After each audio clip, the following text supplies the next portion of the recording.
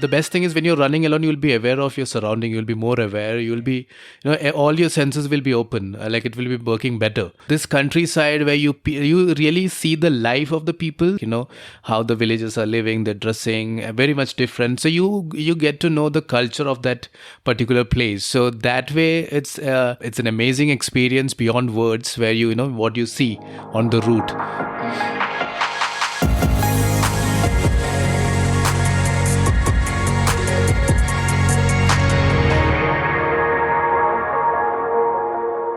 Episode 35, ladies and gentlemen.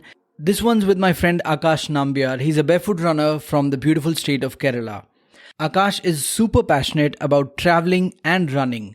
He combines the two wherever he goes. He carries his Insta360 camera and documents his experiences on Instagram, where he can be found by the name Barefoot Mallu. Since the pandemic, he's traveled to and worked from numerous places including Kashmir, Manali, Meghalaya, Nagaland, Bangalore, Spain, Portugal, and a few more. And wherever he has been, he has done a few long runs. For example, he ran from Abu Dhabi to Dubai, Madrid to Toledo in Spain, Peniche to Lisbon in Portugal, and he has done most of the LLRs that I have done. For those who don't know LLR, it stands for the last long run of the year. It's a tradition we've followed for many years. We end the year running from one beautiful city to another and celebrate the year at a beautiful destination, but not before we've done 2 back-to-back ultra-distance runs. More on LLRs perhaps in a future episode. This conversation though is a catch-up with Aakash as he's back from Kashmir, where he did a bunch of runs with the Indian Army. You'll also hear us talk about One Town, a program we've both done in Spain. If you haven't heard of it, it's a super interesting concept. You should definitely look forward to hearing about it. And last but not the least, you'll also hear us discuss our individual experiences of running on foreign soil. And so without further ado, let's hear from the man himself. Here's Aakash Nambiar and me in the Find Your Ultra podcast, episode 35. Indulge away. Aakash Nambiar, welcome to Delhi, man. Thank you so much, Vipin. Finally, we are meeting. Like after almost a year. Yeah, dude. Yeah. Where was it last? Last we met when I came back from Kashmir. You remember last year we went for a run. Yeah. Qutub Minar. Exploring Delhi. Yes. Yeah, that was fun. It's a good video. Yeah. Do you have that? Did you post it? Yeah, I think we posted. Yeah, we had it's on posted. Instagram. Yeah. Cool, dude. Like, it's so good to see you. I've been seeing you on Instagram for a long time, and you've been we've of course we've met quite a few times. We've done quite a few runs together. But the amount of traveling and running that you've been doing, dude, in fact the overall life that you've been living, it's almost envious. Like it's worthy of being envious. I don't know. It's worth enough to be envious, but thanks to the pandemic, which actually worked in favor of me. I should not be saying this, but it opened up a new opportunity. The work from home thing happened, and then I could work from anywhere thanks to the technology. So yes, that's how I could travel. Yeah. That's great, dude. Like, you've made the best of it. Like, we also did that a little bit, but yeah, you've taken it to a whole new dimension. Yeah, so when everyone, we were all asked to stay at home, I stepped out, and that's how it happened. Yeah. Yeah, and I think even during the pandemic, you were out and about. Like, you were in Kerala when the lockdown happened. Yes, the first lockdown during that the Janta curfew, if you remember. Yes. Yeah, so I was working in Bangalore, and I wanted to go home for a weekend because we got that curfew. I thought, I'll mix it and you get a long weekend. That's how it happened. And that actually, it became a prolonged 3 to 4 months stay at home because you know what happened after the curfew. The cases, suddenly it rose up, and then everything was shut. The transport, intercity, interstate, everything was shut. So I was at home for 3-4 months. Yeah. Okay. Yeah. So, dude, like, I have A lot of things to ask you. Let's begin with your latest trip. Oh, Where are you coming from? I'm coming from the mountains. I'm Like, coming but from. why are you coming from the mountains? Like, why are you here in Delhi? And what does it feel like to be out, like from heavens coming down to a lesser place like? Yeah, so just to just to get a reality check. So where I was, and now I know the city life. But obviously, you cannot be in one place forever. And I think I'm now becoming the real definition of a nomad. Or I mean, nomad. It's not like somebody who doesn't belong to any place, or it can also be who belongs to everywhere. So yeah, so that is how I spent some good time in the mountains, and now on the way back to my home.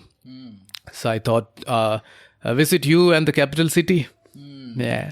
There's not much to visit here, man. I mean, I'm just being too cruel on Delhi, but this is what cities are like, right? Yeah. So, but you're coming from Manali, Kashmir. What was the trip like? Yeah, so I started from Kashmir. I was in Kashmir. I was doing a project with the Indian Army, and from Kashmir, I went straight to Spiti Valley, a beautiful place. So I spent some time in Spiti and then came to Manali.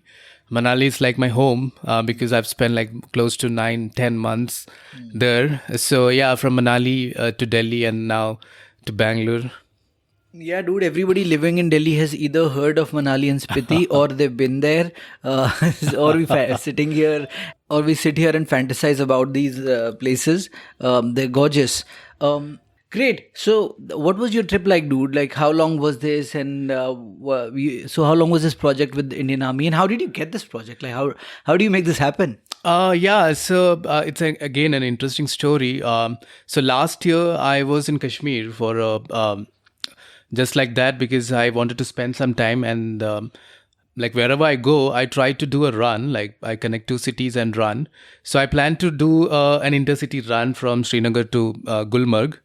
And as it's work from home, I was working from there, and I was checking the offbeat destinations in Kashmir. So that is when I found this place called Gurez, and if you can just Google, it's a beautiful valley, very close to the park occupied Kashmir. And decided I'll go to this place because other places like Gulmarg, Pahalgam, Sonmarg, these are all like typical tourist places. So I thought, why not Gurez? And so I have few local friends. That's also one thing I do because before going to a place, I try to make some friends because I always want to see the place from the eyes of a local for a native. Because otherwise, when you go as a traveler or a tourist, you won't have a clear idea about the place, the history, the culture. So these friends, the Kashmiri friends, they were the one who took me to Gurez. And Gurez is a place which is at almost at 12,000 feet altitude. So what happens is it's up to 4-5 months, it's completely under snow. So the day we decided to go, it was actually closed. The roads were closed and we had to take special permission, which was not easy to get. So we just made up a story saying that I wanted to run in Gurez. And I had to meet the district collector of Bandipora. So Gurez comes under Bandipora district in Kashmir. So the collector, maybe I think within a few time, he just checked my, the history, like what all I did. Like, I mentioned I'm a runner and I wanted to run in Gurez, which is the border. And Gurez is under the Indian Army. So they also got to know, they also got the information. And then everything happened. I got the permission and they wanted to do it a big run. Like instead of, actually this run was not a plan. I just wanted to visit the place. But army came into the picture and then they decided like we'll make a run with the commandos, armies, the soldiers and the villagers. And the news, I mean, the message was circulated to all the villages. So these border villages have very less population compared to the cities. So maybe I think 100 houses. So every house was circulated with this message of the run, and they were told that they should be present this particular time. So by the time I reached Gurez, everything was set up by the army. I don't know how they got my picture. They had printed. They've created a flyer and it was sent to all the the houses everywhere. So it became an unplanned trip to Gurez. It became a run with the Indian Army. The run was on a beautiful trail route on the mountainside, and the experience was because I was running with one of the finest commandos, the soldiers, and the local the villagers. So I could interact with them and see how the life in Gurez is, the beautiful valley, which is slowly developing. And one good thing is, last year when I did the run, it was actually very relatively unknown place, but now Gurez had won the best offbeat destination in India in tourism category award. So it's been doing good now. Yeah, it's been a year and more than a year. It's doing amazingly well. And the villagers, I still keep in touch with them. They message on Instagram. So I would love to visit again. So that's how this run happened in Gurez. And since then, what happened was the unit, it was Rajputana Rifles. They connected me to the other units. So Kashmir have 5 line of control points, which we share with Pakistan. That is Gurez, there is Bangas Valley, there is Machal Valley, there is Keren, and then there is Titwal. So these are the 5 major LOCs in Kashmir, where we share the border with the border point with Pakistan. So Army also want to promote border tourism here. These villages, these valleys are really beautiful, untouched, very much unexplored. So they want to develop tourism here, sustainable tourism, and it is also an income for the local people. So the army is trying their best. So they, because it's a conflict area, as we share border with the neighbor country, so they don't have much of an agriculture or something. They do have, but that is not the main source of income. So tourism is one sector which army is keen to develop. So how run became the medium is because it's also, like it's one of the best medium to interact and socialize. And so the run, normally how the run happens is I'll be running along with the villagers, where we interact with them, and then the soldiers, and so we also showcase the place that there will be a media team who will be recording it. So that's incredible, dude. Like I'm so glad that army is actually thinking about developing all these places as tourist places. I mean, in a way, it'll of course, like the locations being untouched is such a beautiful thing, but at the same time, the locals need rozgar chahiye unhe bhi, like they need a way to earn, and tourism can definitely be one such, as long as we can, like you, before we started rolling, you were telling me that these places used to be absolutely clean, but now that as the tourism is developing slightly, the gandagi fell rahi hai wahan pe bhi. So people are not aware, like they know it's an easy income, but at the same time people are not educated about a sustainable or a prolonged way where you can make less plastic. So you're saying even locals need to be more educated about this? Yeah. So can you imagine behavior? Yeah. So these valleys, most of the places don't have a 24-hour electricity, first of all, or the mobile towers and everything came in last 2 years, because it's also a very strategically important place for the army. So some of the villages doesn't have electricity, so they survived. Say we got independence in the 1947. It's almost like 78 years. So they survived without electricity or technology. And for them, everything is new. Like people coming and staying at their place. They don't know because they have not seen such an inflow of tourists. So for them, one thing is it's a quick way of income, but at the same time, this has to be very, very much sustainable. like the importance of what is happening around the world. The climate is changing. We cannot predict the climate anymore. Yeah. So due to that, people army is trying. The army is also trying to educate them about sustainable tourism. To protect the environment. At the same time, they can also enjoy the place. I mean, people can also enjoy the place. Yeah. Great. I mean, I mean, this is great that you've just talked about your most recent experience, but you have so many of these. Like, there are just so many, Akash. How many can we talk? You also have a flight to catch. Yeah. So let us do one thing. Let us, just to give people a little bit of a context.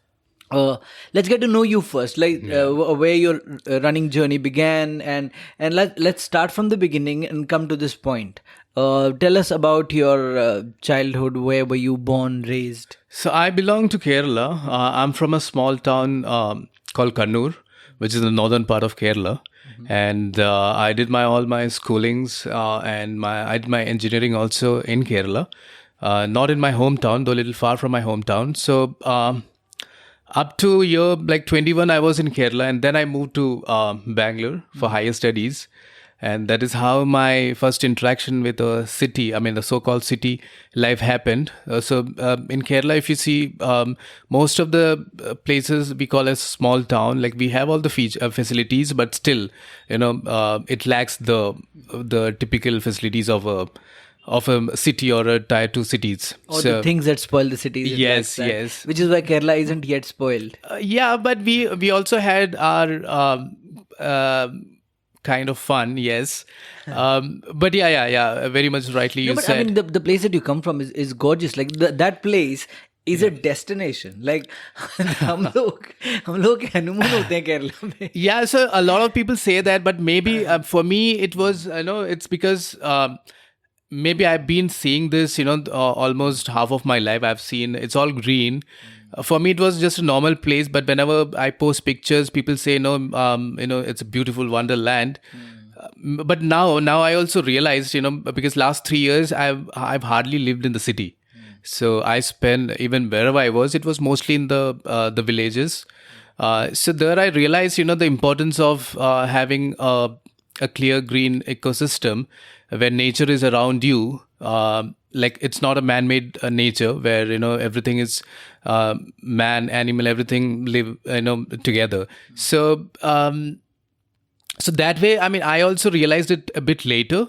Maybe the city life spoiled me a bit initially. Like that's what happens to everyone who migrates to a city and becomes a different person. So yeah. So that way, this COVID again helped me to come back to my hometown and spend some quality time. It's amazing place. Kerala is really wonderful that way. Not much development happened, so it's green and nature is kept at its best. Yeah, I'm yet to visit Kerala. You should. Love to. Yeah, you should. I mean, perhaps sometime when you're there, but you're hardly ever in your hometown. But yeah, you can definitely visit. I have a lot of friends. I have some relatives. Whenever you want to visit, you let me know. Cool. So, dude, so you went to Bangalore for higher studies. Yeah. What did you study? So I did engineering, and like most of the engineering students who didn't get a campus placement from Kerala, the first destination is Bangalore, which is like the dream city for us, So so I also came to Bangalore in search of a job, and I worked with Flipkart, which was that time an online bookstore. It was the initial year of Flipkart, and I worked there for like it. I was actually hired for testing. I did electronics engineering. I didn't have any background in computer science. So those 6 months, I realized I'm not fit into this field, and I was searching for some other. I knew I will never survive for long. So somebody suggested MBA, which was hyped that time. So you did an MBA also? I did an MBA from Bangalore. So Don't tell me, dude. Yeah, I did 2 years of. So I went back to college. I joined a college in Bangalore, 2 years of MBA. Like there's a character, if you know, Suhas from Three Idiots. Yeah. Yeah, who did so yeah, so like that. I think most of the engineers who doesn't enjoy, they try to find solace in MBA and try to live a better life.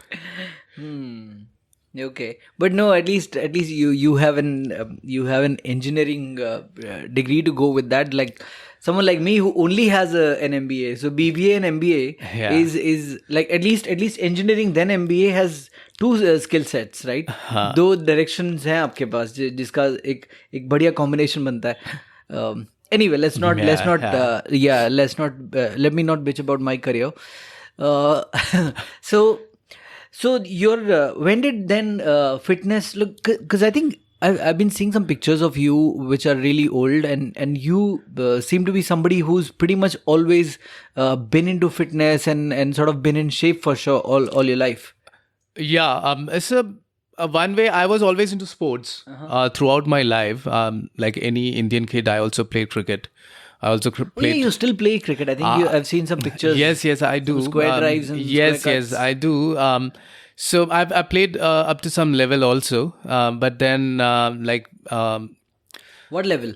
I played for district, and then you cannot in typical Indian families, what happens is you either have to choose career or your studies, and cricket sports is not much valued unless you represent at the highest level. So all the 80s and 90s kids, like born in 80s and 90s, I would say 90% की यही story है कि cricket खेलते थे, but then I got to 10th standard, and then I had to choose between studies, and so या तो science ले लिया या bio ले लिया या कुछ है ना. Yeah. So if you had taken science, then to I think it's very less chance for him to get back to sports. So I also took science, and but I tried to continue in college. Like I was trying to play for the university. So cricket was there, and then I also tried all sports. Like I may not excel in that, but I played enough sport which is easily accessible. What did you Like football, basketball, volleyball, any team game. I was never into athletics, or I've even played badminton. Not the expensive sports like tennis, where you need to buy a expensive racket and all. But otherwise, I've whatever sports which you can play it anywhere, I've played it all. So sports was, and I'm crazy about sports. Even if I'm not playing, I love to watch. Even in the 90s, when where the sports channels were not easily available, but even then I was watching the tennis. The football. Yeah, I've been following. And there used to be a magazine called Sports Star, if you remember. Yep, of Yeah. course. So I usually get the Hindi edition. Did you get the English one? I get the English one. Yeah. So I get all the updates happening. So that ways I was very much connected. Like it can be anything about Olympics, Formula One, any sports news. So I was very much interested in that. And then the fitness part, like that sports we were playing, for fun initially, right? Like with friends or as a competition among the schools. But the fitness part came like when you hit the teenage, where you wanted to attract the opposite gender, and obviously you are also influenced by the Bollywood stars. So I also went to gym for the first time when I was doing my engineering. But coming from a small town where the gyms were either good for bodybuilding, who wants to really build the body, but again the coaches were not trained enough, because I remember they were not aware of the how the muscle groups work or anything. You whatever you want, you used to do. Like I go to the gym because the best thing you can show off during that time is your bicep. Like you can have a good bicep, because obviously you cannot go shirtless to the college. So I used to pump the muscles, like especially I remember the biceps and the triceps I do. But that was that was kind of an introduction to fitness world. But always there was a passion to stay fit, or to look good. Was something which made me put some effort. So that is how it started, and then it became a lifestyle, throughout the year. Yeah. So I think at some point did some modeling also, right? Yeah, yeah, At I some did. point, Yeah, like yeah. what was that like? So this happened. This actually happened accidentally, in the sense, I was doing my MBA, and one of my friend, he's a photographer. He took some pictures, just randomly. He wanted to do some project or something. He This friend is a school friend. He was studying in UK, so he took some pictures, some random pictures, and he posted that. Got that time Facebook likes, a lot of likes, and somebody shared, and one of my friend who saw the pictures, he said he can connect to a designer who's looking for some models to walk the ramp, and I was a student at that time, anyways. So this was something fascinating, because I've seen, like, we have uh, coming from, again, I keep repeating this, coming from a small town. These are the things which we, only have seen in the TV. So it was, very much interesting to try something where, you will be walking for someone design clothes and all those things. So I immediately said yes, and that is how it happened. And then I also realized you get, a decent amount, not big money, but you can, at Pocket least, money. I mean, yeah, yeah, I that's all can, you need as a yeah, you student. can spend weekend, Yeah. and you get free entry to these parties. Your otherwise stags are not allowed. So whenever these fashion weeks happen, they give a entry to us, like we can enter just like that. So you get good food and free entry. What more you want to That's where show the real off? payment was. Yeah, yeah, Yes. Okay. Super. And then at what point did running happen to you, and how? You have done a TED talk as well, and you've Oh, shared a yes, little bit yes. of this in your TED talk. Yeah, tell us. So running, I never liked running. I don't know. So even during the school days, my the physical education teacher, he used to tell me to try in athletics, because I was tall. Uh, Maybe I can convert it, into a good high, not career, maybe to start off with something, because they thought, I'm tall and well built, maybe high jump or long jump or even running. They always encouraged, but I hated it. I somehow, I never liked athletics at all.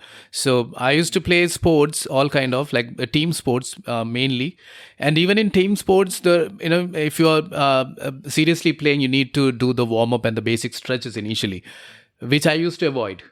Because even if you're playing cricket, you have to, the warm up starts with, you have to take rounds around the ground. So all these things, and I used to be known for that, because I come late just to avoid this. So the passion, or I mean, I never liked running. I mean, there was never a passion. So this thing again happened with there's a story here. Milind Soman, now everyone knows. I mean, earlier, the future generation. I mean, for us, for me, basically, he was one of the first superhero on television, because he did a role of Captain Vyom. So I got to know he was coming to Bangalore. I didn't know why he was coming that time. So, and because of my childhood memories, where, we all idolized him, I mean, as a hero, superhero. So I wanted to meet him, and obviously you can, flaunt, if you get a picture, you can flaunt it on social media. My main motive to meet him was to get a picture. So I decided to go, and then I realized it was actually a promotional event for his run called Pinkathon, a women's run. So men are not even invited to run the main event. So this is a promotional activity. So the Pinkathon is a breast cancer awareness run. So that is how I got to know he's here in the city, and wanted to meet him. But it was just not a meet and greet event. It was a run, like it was a promotional run. So whoever had joined, they have to run some distance, like from point one to B. So point A to B. So that is how, that was my first ever run. And obviously, there were a lot of women who, because Milan is known to be a ladies' man, so women had come to see him, and I also got excited seeing the women of different age categories. So I got pumped and I ran like 2 kilometers pretty fast. Just to show off, maybe. So I got tired because this was the first ever run. Like even if I used to work out, I never used to do treadmill activities, like cardio activities. Very less, very rare. So that 2 kilometer was very tiring for me, and I had to pause for a minute, and I saw a lot of people from different uh, age categories running in without any effort. So one thing made me realize what my fitness level was. All this year I considered, because I was never on the heavier side. I was lean and fit. Fit, which what I thought, and that was not the real definition of fitness. So I was lean and I thought I'm fit, I look good. These were the blind definition, like fitness, right? So that made me want to, kind of, maybe I took it a little personally that, I should run. So that 5 kilometers, only I know how I completed it. I mean, I literally walked the last 3 kilometers. So yeah, so it started because of that. Like I ran the next day, and then maybe I think there was no pressure to run with the ladies, or there was no million sermons. So it was a completely an effortless run. So that time I realized it was not as bad as I thought. So from there, I think maybe 4 or 5 days I continuously ran. That was the first ever stretch of running which I did, and then I also got to know there are events because I was not aware of running events happening in the cities. Like I've never seen a marathon or even a 10K runs happening before. Though I was in Bangalore by that time around 2 years. So signed up for some 10 kilometers, 5 kilometers runs, and then like any runner, the more you do, you want to try to improve the timing and the distance. So kind of a rat race, but yeah, that is how it started. Yeah. So you've kind of used the word already, which is rat race. Now, this is one thing that I want to ask someone like you who does all these runs for pure joy of running. So it's a clear choice that you've made. You prefer these self curated experiences over those organized events, because most of the people, when they get into running, they would run a 10K and then a 21, then a 42, and then improve their timings for 10K, 21K, 42, and which is not, of course, nothing wrong with it. It is a self improvement game, and it's great. But you do these ultras, point A to B, and you self curate these experiences. What made you, like, at what point did you decide that this is the game I'm playing, and what made you do it? For me, also initially the first 2 years, I was also very much into this, taking part in multiple events. Like the new, like a school kid who is excited for the first initial few days of the school days will be very much enjoyable, and then know how difficult it is. So like that, I was doing multiple events in Bangalore, like weekend every Sunday, sign up for a 5 or 10K, any random races, and I'll run. And then this the bug of improving the timing. I also got caught, bitten by it. So initial 2 years, it was all about running, improving timing, buying new clothes, obviously, because that is also one thing I realized. You get really good photos, clicked. So I never wanted to repeat the same clothes. So I used to buy a lot of branded Nike, Adidas clothes to appear for runs. So initially the 2 years just got over like that, running, and gradually increasing the distances. And then obviously again Milind Soman comes into the picture, where he was doing an event. It's not an event. It's a fun run called Last Long Run of the Year, which was happening from Bangalore to Mysore. So even then, those 2 years, I've been in touch with him, from a fan to maybe a little more known, or a friend, I can say. So I've been getting updates from him what's happening, and I was also involved with Pinkathon. So when he decided he's running Bangalore to Pinkathon, Bangalore to Mysore, he invited me, though I was not sure because I never ran beyond 21 by that time. I think maybe the longest I ran was 21. But he encouraged that. He said it's a run at your own pace kind of run. We are not racing, or there is no time limit, so we can do it. And it's a complete free run, like what we call, like, you don't have to. You're not pressurized by anything. Like there's no timing chip or anything involved. So I I was not convinced, because that Bangalore to Mysore is 150 kilometers. So that is still a pretty long distance. So Over 2 days? yeah, so this run happens on the reason it's called last long run of the year is it happens on the 30th and 31st of December. Yeah. And once you finish the run, when we celebrate the new year, like we welcome the new year. So it's a intercity run where you start from point A and we finish at point B. You take 2 days because you don't run at night, obviously, because you will be running on the highway. So there's no running at night. And a relaxed run where you stop for refreshment, maybe lunch, dinner, breakfast, and everything. So a very much relaxed run, but still, because of the distance, I was not convinced. But I did you have that urge to try something new. So I said I'll do it, and that was my first ever long run, like really a long run. So that actually it was a entirely different experience from the runs which I've been taking part. Normally, the organized runs where you'll be running with thousands of people, you'll be cheered. And here it's just a bunch of people, 5-6 people, where you run and you see what's happening around.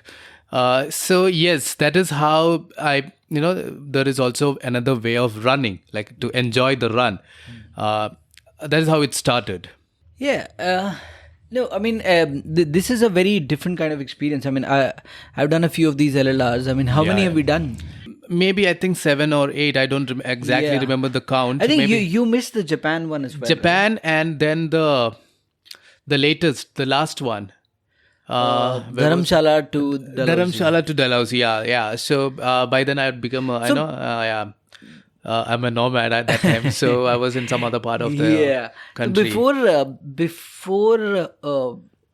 before I joined the LLR team, you had done Bangalore, Mysore, and Goa to Gokarna. Yeah. I hear that's also a pretty tough one. Oh, yeah, of the weather yeah. and the inclines. Yeah, right? so Goa to Gokarna, because we only know it's a beach, the sea level, but it was really an uphill run. Like it was, never-ending inclines. Yeah. And the typical coastal humidity and the heat. Though it was December and it was very hot. Yeah, coastal areas are usually like you remember Sri Lanka also. I was just going to say that Sri Lanka was also. So then, Goa Gokarna, you guys did, and I think the next one was Una Dharamshala, Himachal. That's where we met. That's where I met you. That was my first LLR, and the following year we did Sri Lanka, Colombo to Unawatuna. And the year after was Japan. Tokyo to Mount Fuji. And then. I think after that, we came back to India. This one, Guwahati to Cherrapunji, and then the following year, Lathi to Salmon, Rajasthan, and then last year, which was again in Himachal, Dalhousie to Dharamshala to Dalhousie. LLRs are special, dude. Like I think this is a new way of exploring a city. So apart from LLRs, I've also done quite a few of these point-to-point runs. Not really races, but just runs. I'm saying. One of these that I did was actually a race, which was the Great Run of Punjab. It was through, I think, some 16 villages. Was it 3 states? With a group? It was a race. Like the Great Run of Punjab was a proper like you had a bib and everything. Okay, it was a timed. Yeah, it was a timed thing. You had 12 hours every day to finish a certain distance. So that, and then I had done Patiala to Chandigarh and Chandigarh to Patiala. There's a charity run that happens 70 odd kilometers. I've done that twice, I think. And I have run from Chandigarh to Shimla a couple of times. So, running, like exploring places on foot, I think this is a whole new way of exploring a place, which is what exposed me to this style of running, and where LLR naturally sort of fits that. LLR is all fun. Now these are, let me make it very clear, these are not your not your Guinness Book of World Record runs. These are just for joy, personal experiences, and fun. That's what it is. It's just all for personal joy. Yeah. So, dude, I mean, you've obviously taken this entire thing to the next level with your traveling. Let us talk a little bit about Spain, One Town. Oh yeah, I mean you should be asking because you're the one who connected me. So let me brief then about what One Town is, and then you can tell me about your experience. So One Town is an organization based in the UK. The concept is Anglos and Spaniards will be put in a hotel together, like 10 Anglos and I think 10 Spaniards, something like that. And they will, and it's a fully sponsored thing. Like you go there, उसके बाद आप उनके दामाद हो, आपका खाना पीना सब कुछ, everything is taken care of. Well taken care. And well taken care of, because the hotels and everything is quite nice. But the whole idea is the Spaniards that are there with you. You're complete strangers, but these are the people who know English, but they're sort of not very confident. These are all corporate people, so their program is actually sponsored by their corporates, right? So most of these could be a Coca-Cola head in Madrid, right? Or Barcelona, or somewhere, or somebody who's a CEO of a startup. Absolutely, So people who know English but are not like so confident of speaking it in public. So वहाँ पे activities or games organize होती हैं. You play those games, and you can see a marked difference between day one and day the final day of the program. जो बंदा इतना एकदम ही underconfident है, not able to finish a sentence. Like by day 7, I think they are, or day 5, or whichever the end of the program, they are able to speak very confidently. So this is a very rich experience, because you're like, I did this, I think in 2016, I think, I'm not sure, which is when I also ran my first ultra in Spain. This is a very rich experience, because you go from here and you meet all these people, and Spaniards are of course there. It's great fun to get to know Spanish people. Amazing, like I think, in my opinion, they're Punjabis of Europe. I think the most fun-loving people in Europe. All of Europe. Fun-loving, loud. They're great. And even you meet a lot of Anglos, like the other Anglos are not just from India. They're from the USA. They're from the UK, various parts of Europe. So, great English-speaking people from across the world. So it's very, very enriching. Like the guy in my One Town batch used to head Coca-Cola New York. Oh, wow. And he was 90 years old, dude, and he was doing a One Town thing, and he had not married, and he had in fact almost convinced me to never marry. So it's like these are fascinating experiences. Anyway, taking too much time, but let's hear Akash's, because Aakash and Sarthak Malani are a common friend from LLR. These two, and I think another friend from Delhi did One Town last year, and Aakash did it again this year. He liked it so much, he did it twice. I think I'll be doing more and more. more and more of these. There's a lot to tell about One Town. Tell us. So thanks to you, maybe I don't know, any other Indians had been to this before, like through you before? No. Yeah, so you told us. A friend told me. I ended up going, and I think she didn't go. Okay, yeah. So through you, me and Sarthak, we initially planned, and then it just happened because both of us wanted to do something different, and he was going through some other thing, and I also I was traveling throughout the country, and got a beautiful opportunity to travel to Europe. Why not? So that is how it happened, and so beautiful experience, because we before the One Town we were in Madrid. So we had like a clear idea of Madrid, and exactly it was the festival time. It was the Pride festival. It's one of the biggest Pride festival in the world, the Madrid Pride. So we were like very much, got the Madrid lifestyle. So we were expecting something similar for Morgantown also, because we saw Madrid and we thought, okay, all of Spain and everything will be all fun and jovial like that. So the first 2 days, obviously being Indians, for us, we are not known for being punctual. Because the only thing is you're following everything. Everything is British. The British time, for breakfast, you have to be very punctual, or you have to be on time. Like 9 a.m. is breakfast. 2 is lunch, and then the dinner at 8, like that. So first 2 days it was very challenging for us, and we thought, like, did we really sign up for this? We were actually looking Were you for. guys like, let me find out why was it challenging for you guys? Were you guys overdoing the red wines? No, so the first 2 days we were, because we actually overdid a lot of things in Madrid. Like 3-4 days before this program, we were in Madrid and we were partying till 3-4 in the morning, coming back and sleeping till 11, and then again going out. So we overdid a lot of things initially, and we were expecting more fun.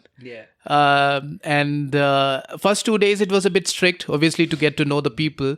And the people we thought the students will be young, but obviously they are of different age groups. All ages.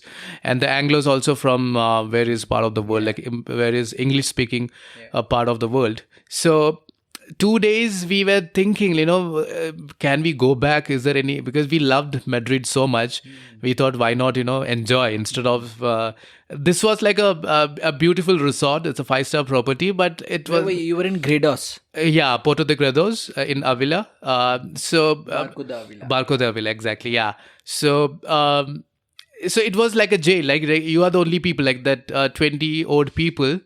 And no other people, and even there were no villages or anything nearby. There's nothing nearby. It's like secluded place. Yes. So even to get the bus or something, you need to travel like 60 kilometers. Somebody has to drop you, which is not possible. There's a village nearby, right? Like, there's a small village. There's I think you can run to it 5 kilometers. These things were not aware for us that time, because it was just the second day. Okay. But like you said, the red wine started working on the second night. And then, from then there was no looking back. We enjoyed those 5 days. And that is when we realized, the fifth day is the most heartbreaking day, because, you bond so well. It's like a mini Big Boss, right? Yeah. We all I was just stayed going to say that. We all stayed together. We used, and throughout they the make time, teams of you. Yes. You do some theater, singing, dancing. Yes. Different teams. You speak to everyone. You get to know different people, and then sometimes some of them get connected more than more than a friendship also. So all these things happen, and then the fifth day you have to say goodbye to each other, and you don't even know whether you'll meet again. So fifth day is the most heartbreaking, because you developed a bonding between all of us, all of them, and then that's the time you have to say goodbye. So like you advised, we had signed up for back-to-back program. So we knew what is in store for the next one. So we were like we were prepared, and we know how to do things. And we were like the professional volunteers the second time, because we did a lot of things.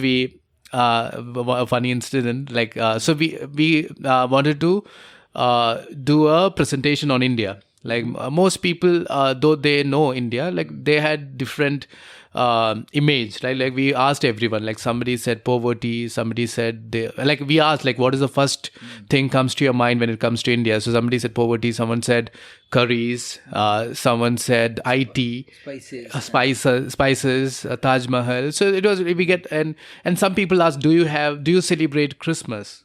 So a lot of things were, unheard of, unaware of India. So we thought, why not, present it and educate about India. So, and they asked, like, so you have to give a team name. To my friend Sarthak, as usual, he said, just give the name Gandu Log. and the program manager, she asked, what does it mean? So we said, it means cool buddies. And then next 2-3 days, all the Spaniards were calling each other Gandulog, Gandulog. So it was like, that entire one town became a bunch of Gandus. So the presentation also went well, and we were, applauded. Like everyone liked it because a lot of things were new for them. Like for example, Christmas is a big celebration in India. Like like I'm from Kerala, where we get 10 days holidays, and Northeast it's a big celebration.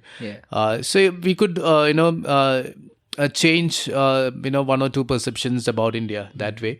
So Vaughan Town is very much I love that program, and then I told you, I came back and did it again this year.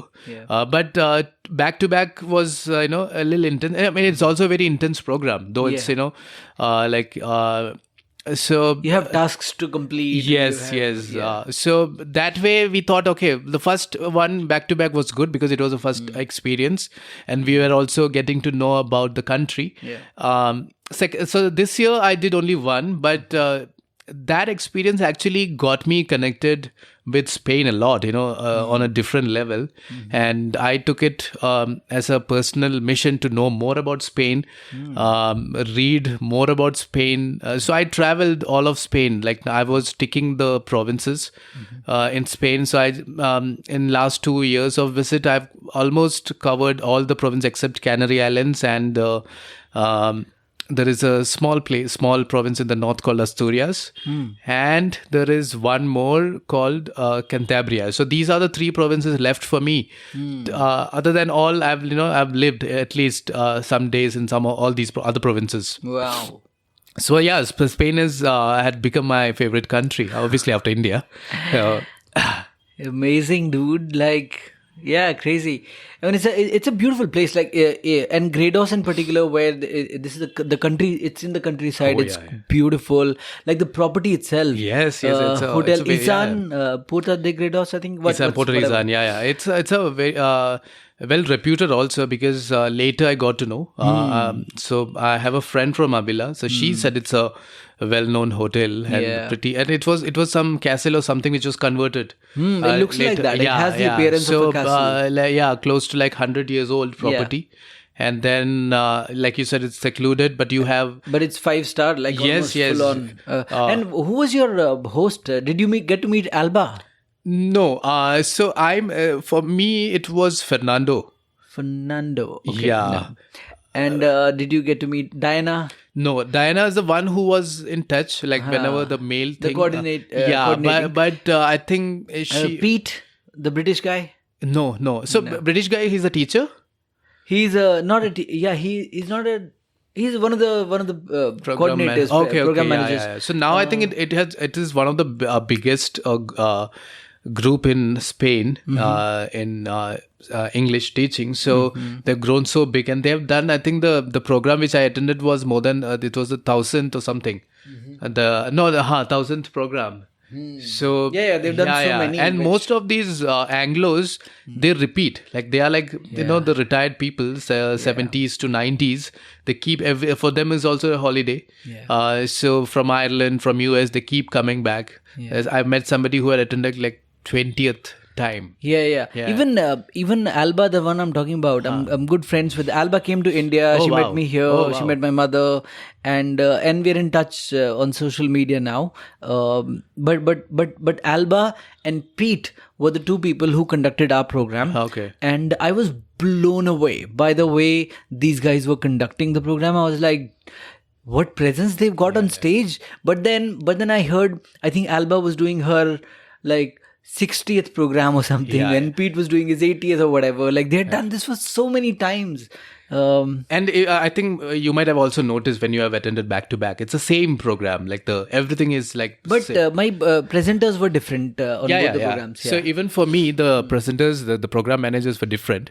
But after attending the first one, you know what they're speaking, and everything is the same. Like or maybe like you said, they've done it like so much. So it's like a formula, like copy paste formula. It works well for them. Yeah.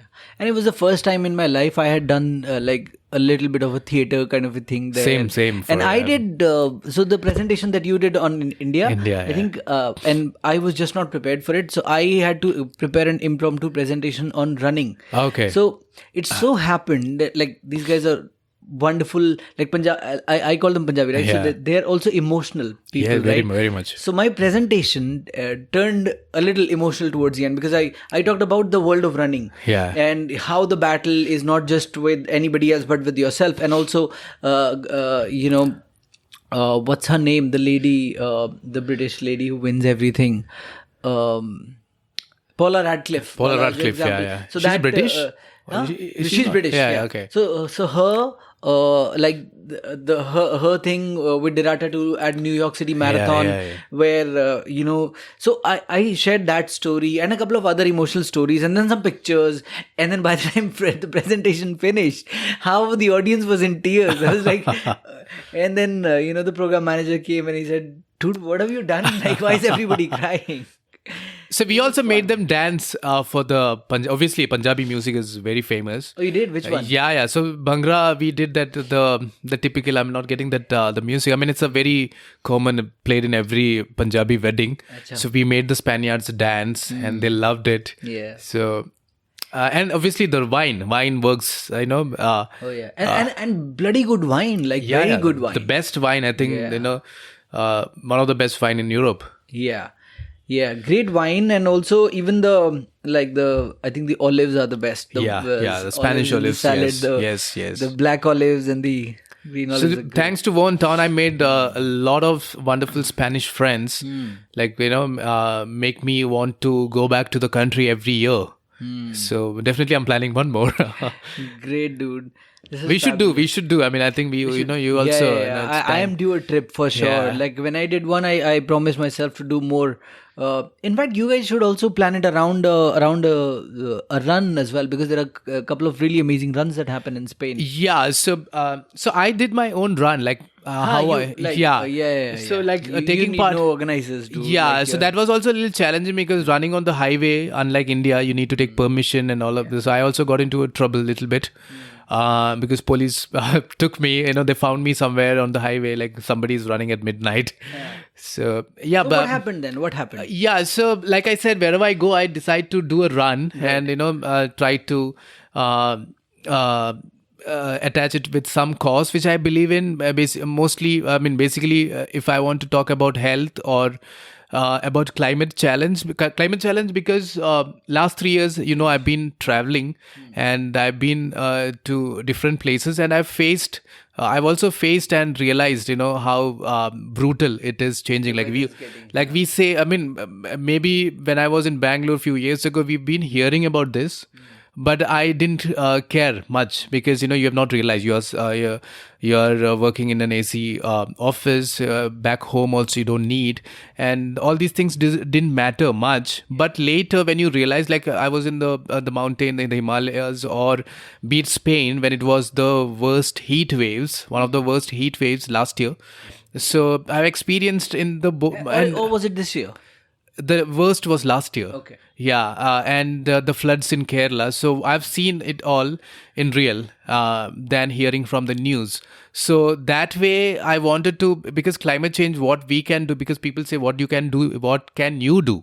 Like, you can only talk about it. But yeah, I mean, maybe each step counts. Like, if the main thing is to make aware, be aware of what's happening. So each and every person is aware. They'll always reduce the consumption. The carbon footprint will, anyways, it may not be huge number. Obviously, the companies have to do that. But for us, individually, we can also contribute. So that way I wanted to do something. And I was there during the heat wave, the most brutal one. Can't even remember that, that was only bad memory about Spain. So I decided to run. Actually, me and Sarthak wanted to run. Unfortunately, he couldn't do it. So I had to do it alone. And I decided, initially I thought we'll run from Avila to Madrid. But logistical issues, again, you need somebody to, obviously you need a car because you have the luggage and everything. And food and water is not available because these highways, they will not have any shops or anything. Yeah. So I was thinking, and then somebody suggested Toledo. Have you been to Toledo in Spain? No. it's a very culturally important place, which was once the capital of Spain before Madrid, and very important for Jewish, Moorish, the Muslim rulers, the Christians, everyone. So you'll have all the influence, like the Christian. Like Spain was once a Muslim caliphate ruled country in Europe. Like if you go back to the history, so Toledo is very important place and a very beautiful place. Like it's 70 kilometers from Madrid, so which is nearby. So I decided I zeroed down on Toledo. Madrid to Toledo was the route, and it's a highway. So How many kilometers? it's 70 kilometers, and the thing was the temperature was 42. So it's very difficult to run, and running barefoot not possible at all. So I decided to run at midnight. I decided to start the run at 12. So I get some time. May not be the heat wave. Maybe I'll just have to face the heat in the morning. That I can avoid the daytime. So I started the run at night and started from Madrid. I decided to run at night. One, because of the heat. Because you can avoid, if you start at 12, at least the 12 hours, you can, only the morning hours, you will be exposed to the sun. So even night, it was hot. Like, Spain has a relatively long day, like, 10 or 11 is when the sun sets. So, so that way, I thought, running at night will help. So around 30th kilometer, the police caught me. They said you cannot do. Obviously, they were not understanding. I was not able to understand what they were saying, and you have to use the translator. So you need to take. You are not taking a permission. I mean, you'll never get a permission. First of all, you have to. You cannot run on the highways because the vehicles are at. The speed limit is pretty above 100, and maybe for the safety issues also. So at 34th kilometer, what they did was they took me in their vehicle and dropped me back to where I started.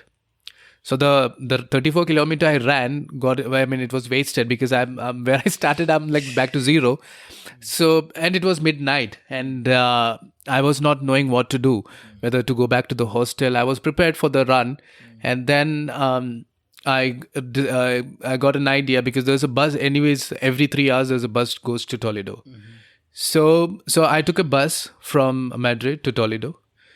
I got down at Toledo, and then I ran the remaining distance. My plan was to do the 30. Then you came back halfway from the other side. Yeah, because Toledo is not in Madrid. So the police, though I was not aware, though I just thought of taking that risk, and I've never been to Toledo before. That was the first time I've been to Toledo. So I thought, okay, I got down, and then I completed the halfway.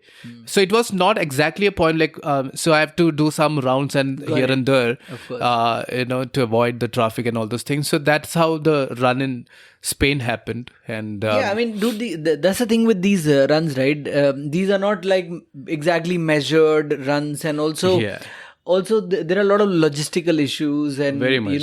That you have to deal with on the go. Move. And you're not an organizer, and this is a different country where the language, everything is different. It was a risk I took, but at the end it went well, and obviously I also got some mileage. Some of the medias. Some Spanish newspapers. Yes. So it happened because one of the one student, she worked with a. Nice. See, that's that's the benefit, right? You get to make some amazing friends who can help you with so many things. Yeah. So then I got the reason and the run. So I have my camera, like the action camera, the 360. So some footage also the Insta 360. Yeah. So some footage also was there. And then there was a reporter from Africa who wanted that footage to feature, though there's a COP summit, the Climate Challenge Summit, which happens every year. Wow. So last year it happened in Egypt. So he wanted to show that in the mobile movie category or something. Though it was not a well taken video because I was the one who was taking it, like not a third person, somebody who's have taken. So, but he showed, and then the message was portrayed. I mean, message was given to the public. The COP 27. That's how it is called. So this year, COP 28 is happening in Dubai, and I want to run. So this year again, I ran in Portugal. Uh, I ran from Lisbon to Peniche. That's 85. That's actually 100 kilometers. But when you take the walking route, it takes you to the shortest distance, right? So it became a 85-kilometer run.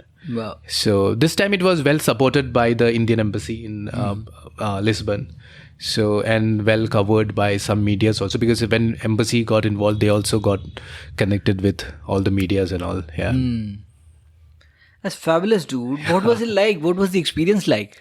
Running in You called me during this run, didn't Yes, you? yes. So I think that was the first day I experienced my back pain during. So like we had the video call, Yes, and then I yes, ran yeah. 21 kilometers that Yeah, day, yeah. and Yeah, it was. I remember you I running, came yeah. back home and I had terrible back pain. It was the first time ever I experienced. Like has nothing to do with the run. Absolutely, I loved the call and we enjoyed the conversation. But yeah, I remember, and yeah, you were there running. Yeah, so it was again a beautiful experience. First of all, it's completely an unknown territory. You don't know where to. You are completely depending on the GPS route, and one strange thing about Europe is, like, all these villages are like, some of the villages are completely isolated, and hardly you'll see any people. Like if you miss the route, there's nobody to guide, and GPS also doesn't work much when it is, when there are a lot of trees. So sometimes what happened was the route was showing, like I've chosen the walking route, because the other routes, it takes you to the highway. Some places you may not be allowed to run. So some places where you have to, literally there was no route. There was a fenced route, or some places it was dense forest. You had to run inside the forest, which was risky. And without network, obviously, you can't completely trust. So that way it was challenging. And then all these houses, these isolated houses, there won't be anyone staying, but they will be definitely having a dog. A lion lookalike dog. So one place I was literally chased. Wow. I was chased, and I didn't know where to go, or because those three dogs were, I was chased by three dogs, and they were not chained. But luckily, they were also keeping a distance. They were barking and trying to, come towards me, but they were also keeping a distance. And I got shit scared because the driver was, and there was no network. First of all, that particular area was no network, and I had to. I was hiding behind a tree, and I was trying to call the driver. But somehow it didn't happen. So I took a stick, and then I slowly walked backwards. After I got the network, I called the driver and asked him to, find. I was sharing him the live location, but that also, it was not completely accurate. So that was one challenge. And then, but the beauty of this run is you meet a lot of people on the way. Obviously language is a barrier, but they wanted to know, somebody, and they've got to know that I'm coming from India. Running, they also wanted to know the story. So it's a beautiful experience to meet people on the route, meeting first time, and talking about the cause, and talking, because sometimes they think, okay, why are you the first thing they notice is the footwear, or if I run barefoot on this heat, why are you doing this? So, and then the food, like various places you stop to eat the local food, locally available food, which may not be available in the cities. Like every 5-10 kilometers, if you notice, like we have done enough LLR, like everything changes, right? From the accent to the food, the kind of food, maybe it's the same food but preparing different way, and even if you notice the smell of the air, everything you'll be noticing. And the best thing is, when you're running alone, you'll be aware of your surrounding. You'll be more aware. You'll be, all your senses will be open. Like it will be working better. So you notice a lot of things. So that way it was amazing, because you are in the countryside, which you otherwise, as a traveler or a tourist, you will never visit these places. Like basically you go to the cities, right? These are unknown places. City and the hotel. Yeah, and the typical tourist things, like the must-do things you get to know. So this countryside, where you really see the life of the people, like at the grass level, like how the villagers are living, their dressing, very much different. So you get to know the culture of that particular place. So that way, it's an amazing experience beyond words, where what you see on the route. So the run was smooth because maybe I think it was only the challenge was the weather as usual. Portugal is also very hot, and I ran in the summer, but maybe I got used to it, so it didn't bother much. So compared to the run in Spain, this was a easier one relatively. 85 kilometer, yeah. I mean, this and these LLRs actually remind me of something, an experience I had when I was living in the UK as a student, when I was doing my masters in Cardiff. Were you running that time? I was running. I used to run inside the gym on a treadmill. That's all. That's all the running that I did. Half an hour, 40 minutes, and that's all. But so I think I can't remember the year now, but for the New Year's, like we're sitting on the sofa, we were just sitting on a regular sofa inside our house, student house. There were few students living with us. So me and a friend of mine, again a Mallu. Oh wow! Sujit Rajan Kalathil, SRK he calls himself. So Sujit Rajan, he said, I mean, a very learned guy. I look up to him even till date. So that guy. So we were planning what to do for the New Year's. My idea was pretty simple. I said London chalte hain, or because London was 2.5 hours from where we were in Cardiff. We would just take a mega bus. एक महीना पहले book कर लेंगे तो 5 pound की 10 pound की मिल जाती थी. अब तो खैर बहुत महंगी हो गई, but it used to be that cheap. So my idea was, let's go to London, Thames पे जाके तो Stella की cans उठाते हैं और fireworks देखते हैं. But the whole world is there and it's so crowded, right? So he said, ये तो हम जब मर्जी कर सकते हैं यार. It's like right here, let's do something else. Okay, what do you want to do? And he said, let's go to Carmarthen. And so we are in Cardiff. Cardiff is South Wales. Carmarthen is West Wales. So he said, let's go to West Wales. Carmarthen has a temple.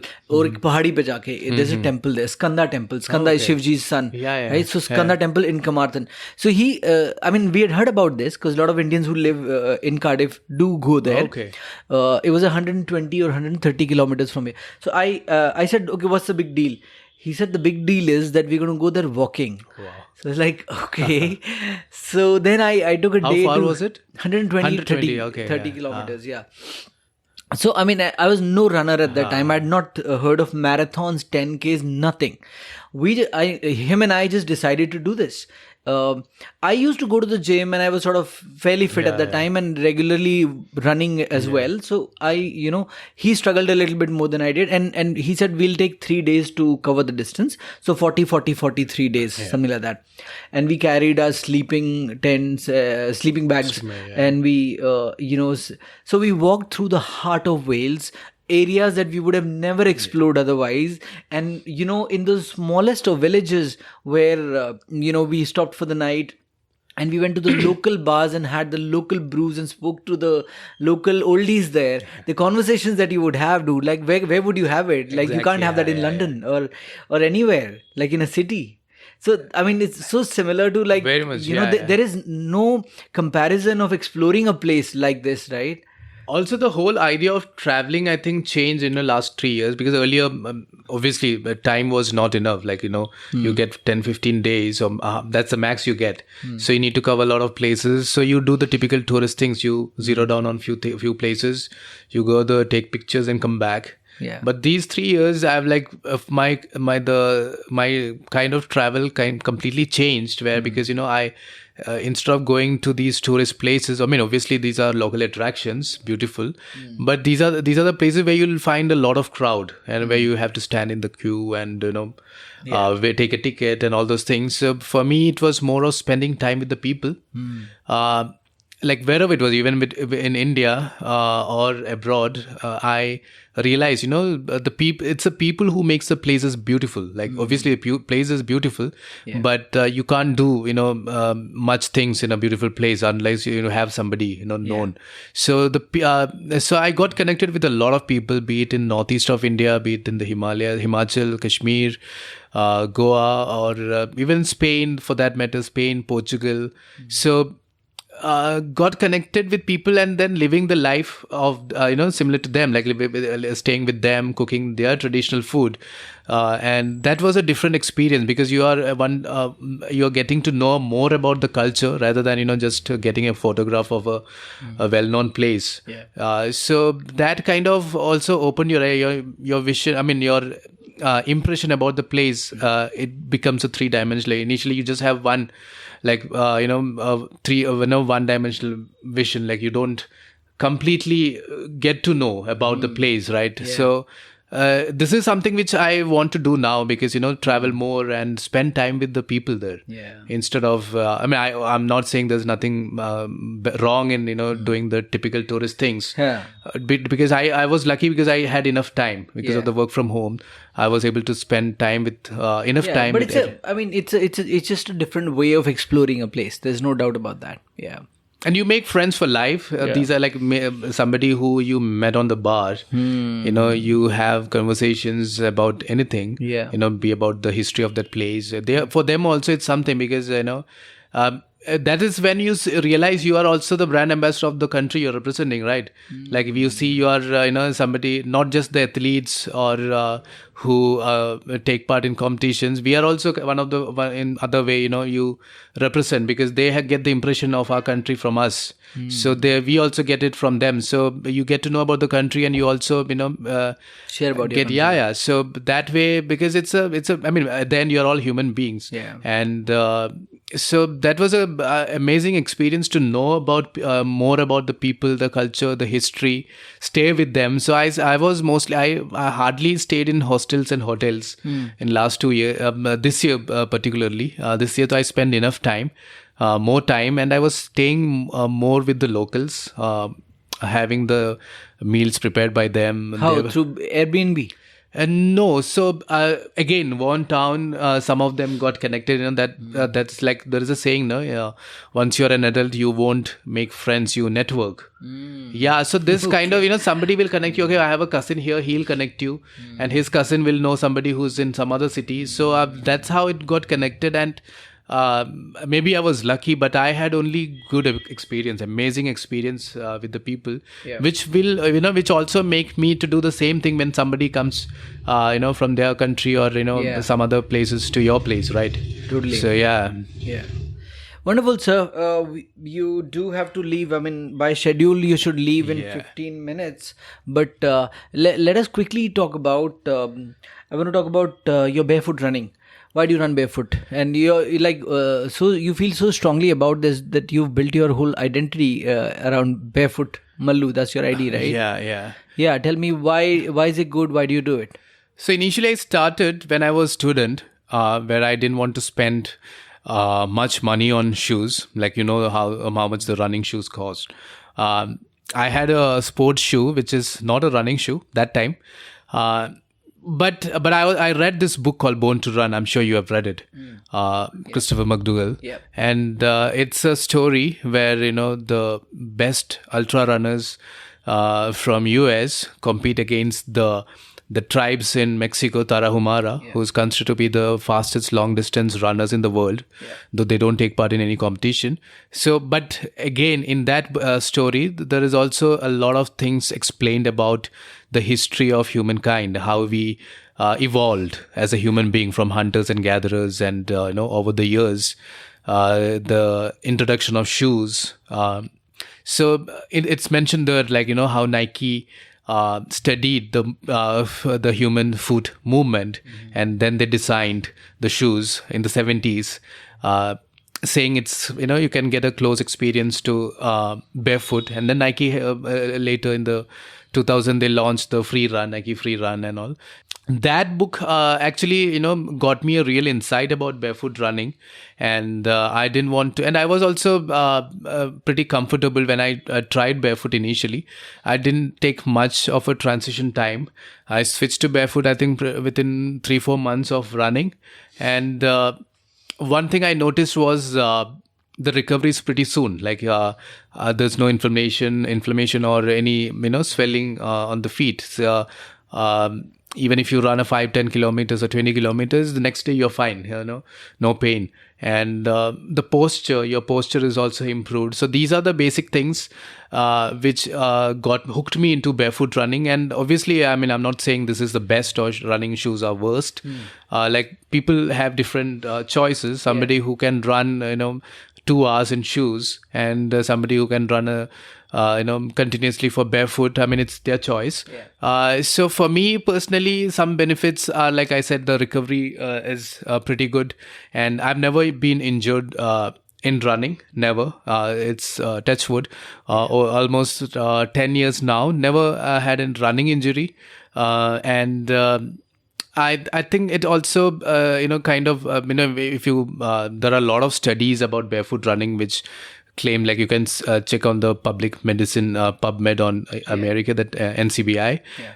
So they all, there are these are like evidence based researches which proves about the grounding and other things, which I don't want to discuss much.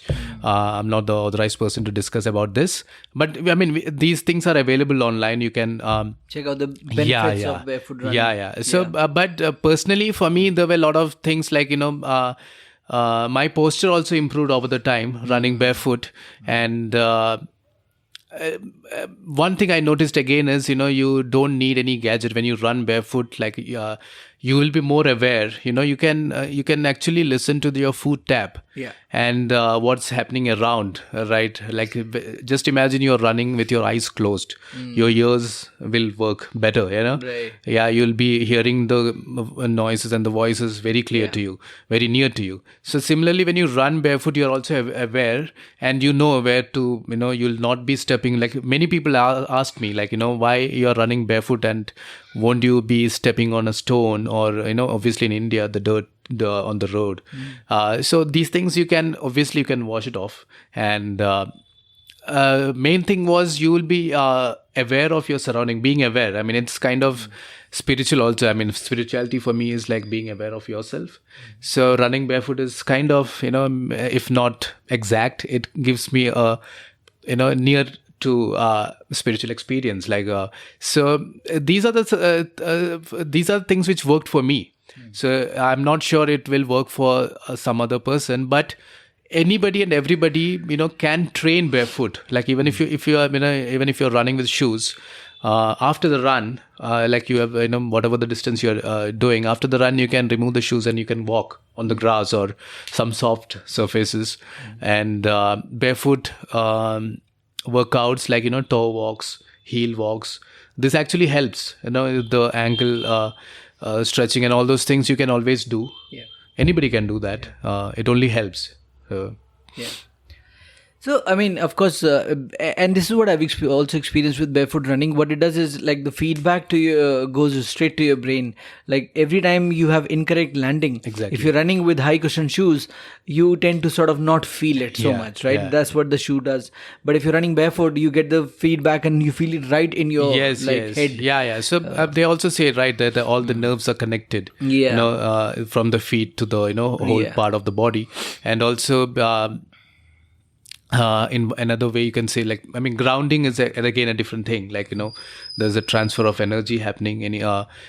But those are, like, vast topic. So tell me, before you go, just tell me, you just touched upon something. You said running brings you, like, barefoot running brings you closer to spirit, like, it's in a way spiritual. What is spirituality, and what is your the podcast name is Find Your Ultra. So what is your ultra that you're running? What is your meaning of life, and what's your so I mean, so initially the running thing happened, just like that. It was not a planned journey, and it happened. And initially, the focus was on improving the timing, doing more events. I remember, like, I've done, like, back-to-back events in multiple cities. One time, like, doing a half marathon in Bangalore, doing a full marathon in Peniche, then Chennai, then again back to Bangalore, and then coming to Delhi to do 88. I mean, those time we were obsessed about numbers and the personal milestones. So from that, running also was a journey of, knowing myself. Obviously, I connected from running. I started traveling. So these two things I always connect. So whenever I travel, I run.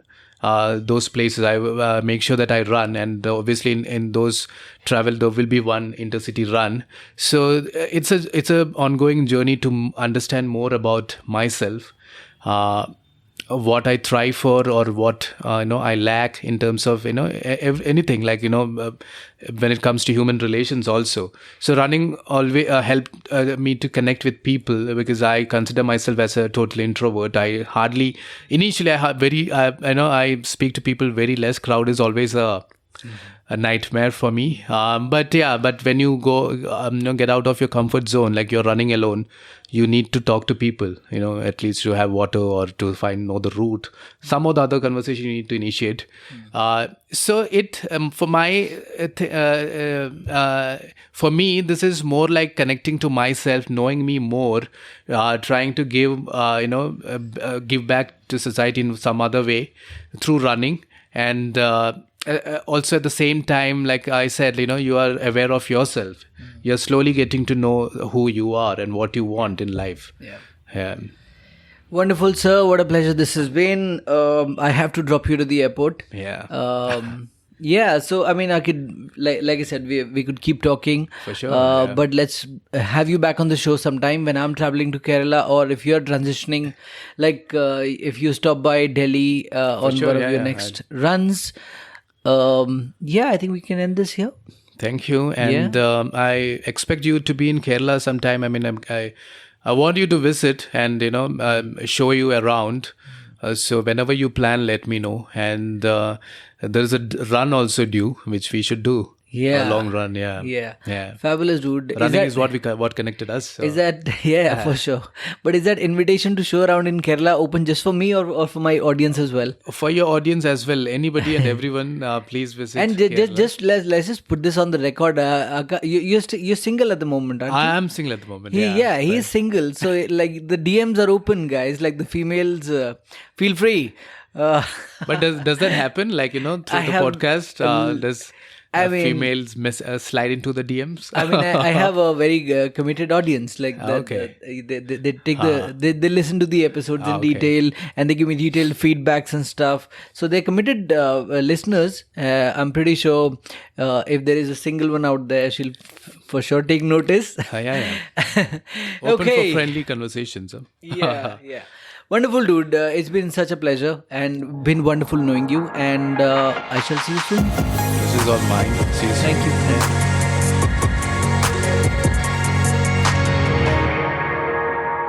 Thank you for staying with us till the end. I really hope you enjoyed this episode. And if you did, please consider subscribing on Spotify or wherever you're listening to this. It helps the podcast a lot more than you think it does. We do try to release a new episode every Friday, but as you know, the podcast is not backed by a production company yet. It is all end-to-end produced by a one-man army. That's me. That's a regular family man trying to juggle a full-time job and a family and everything else that comes with it. So I hope you'll understand if an episode is late or if I miss a week altogether, which has happened on a couple of occasions and I hate it. I'm doing my absolute best to not let that happen often. But when it does, I really beg for your support and understanding. Thank you so much, and see you in the next episode very soon. Hopefully next Friday itself.